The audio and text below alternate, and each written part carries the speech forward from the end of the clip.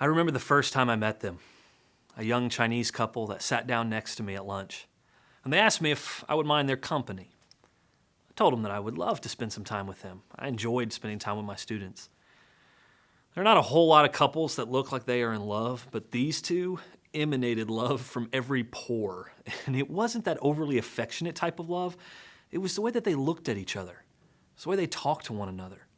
The way they spoke about each other. There was a deep, deep love there. They didn't have English names at the time, so they asked me if I would mind giving them one.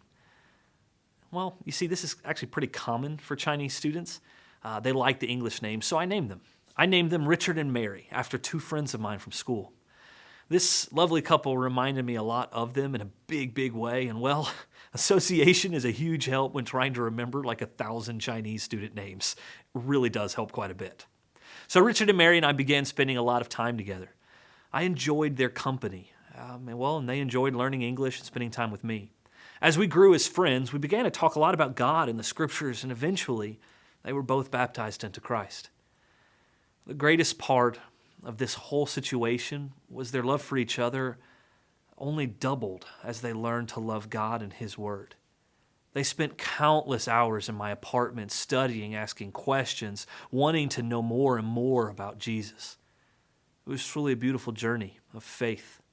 I was glad I got to be part of it. Then they went home to see their families over break. Both of them, overcome by their joy found in their new faith in God, shared their love of God with their families, only to be rejected, condemned, disowned, and abandoned. Their families cut them off, stopped paying for school, and left them basically on their own. Here they were, 20 years of age, and they had nothing. I remember the day they showed back up at my apartment, and I, at this point in time, didn't know any of this information about what just had happened. They hugged me, sat down on my couch, and began to tell me their almost identical stories. Both now destitute, no family, no money, no home, no school. Everything was gone. I sat there shocked and blown away. I saw tears streaming down their faces as they shared each other's burdens and pain. But as I sat there and cried alongside of them, I did my best to comfort them. I just said the words that everybody says, it's going to be okay. They both looked up at me with a shocked look on their faces, looked over at each other, and they kind of smiled and then responded to me, "We're not crying because of our loss of everything. We're crying because God thinks that we can overcome these things, that we're strong enough in our faith to overcome such trials. The good book says to be happy about the trials that come our way.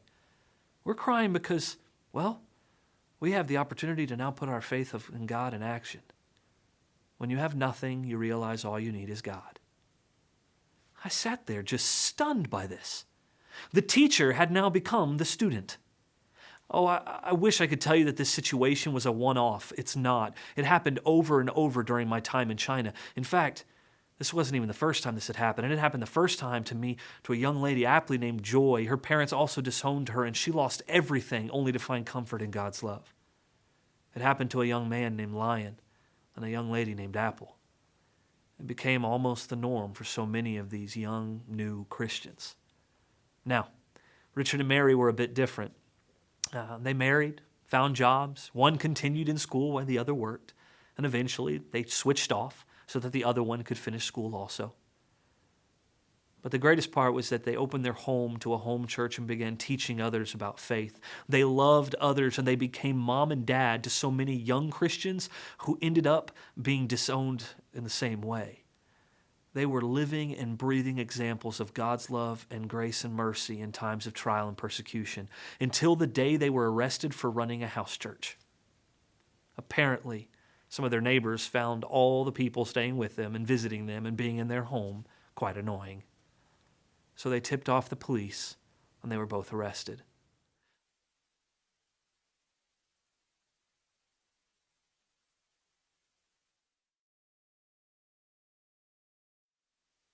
Over the years, they had influenced thousands, and it doesn't surprise me one bit how this story ends. One of the Christians from the home church contacted me about their arrest because he wanted me to know something about it. He told me this, that when the police came, Richard and Mary smiled, thanked God for the opportunity to represent him, and were led away still smiling. 5 years have passed since their arrest, and they are at 2 different work camps right now. Through my underground contacts, I've been able to get a hold of them and to get word to them and to hear back from them even. But my favorite part is just to tell them how proud I am of them. They are separated, imprisoned for their beliefs, and alone. Or so I thought. You see, they responded in this way. They told me that they thank God every day for their ability to minister to those who are struggling in prison. They told me of new Christians who are being baptized every day in these prison camps. They told me how God has provided for them and how God is good. I'm overwhelmed by this love that they have for the lost. They told me about how much they miss each other, but that other Christians are able to get word to each other through an underground network. That even through all of this, they're not alone. So what is persecution? Let me start by telling you what persecution is not. It's not losing your ability to say a public prayer before a football game. It's not when your youth minister is unable to pray with you at lunch at your school. It's not losing your ability to have a town nativity scene. That's annoying, but it's not persecution. It's someone denying you your American rights. That, yes, absolutely, but it's not persecution on the scale of what we see in the scriptures and in the first century church and what we're seeing around the world today. Persecution costs you something. It demands something of you. Losing a privilege is not the same as losing something you need to live. You see, losing your job for standing up for what is right and good is not persecution. It's you living out your beliefs.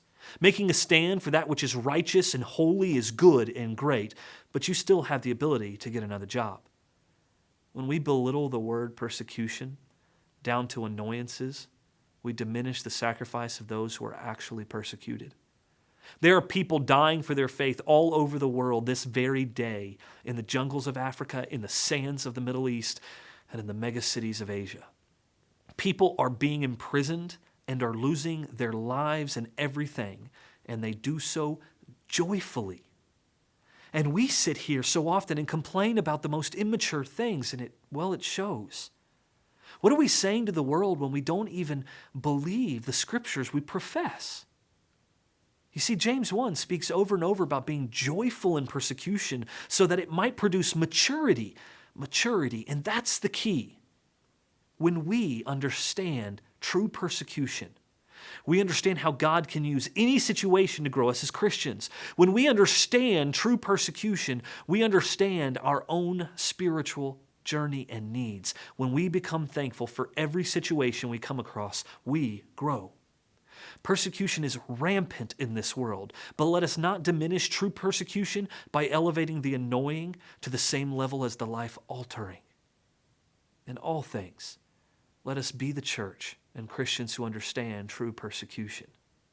So, as you sit down and as you study persecution and what it means to be persecuted, don't get lost in the mire of the everyday life and the everyday things that are just annoying, but truly separate that which is important and that which is not.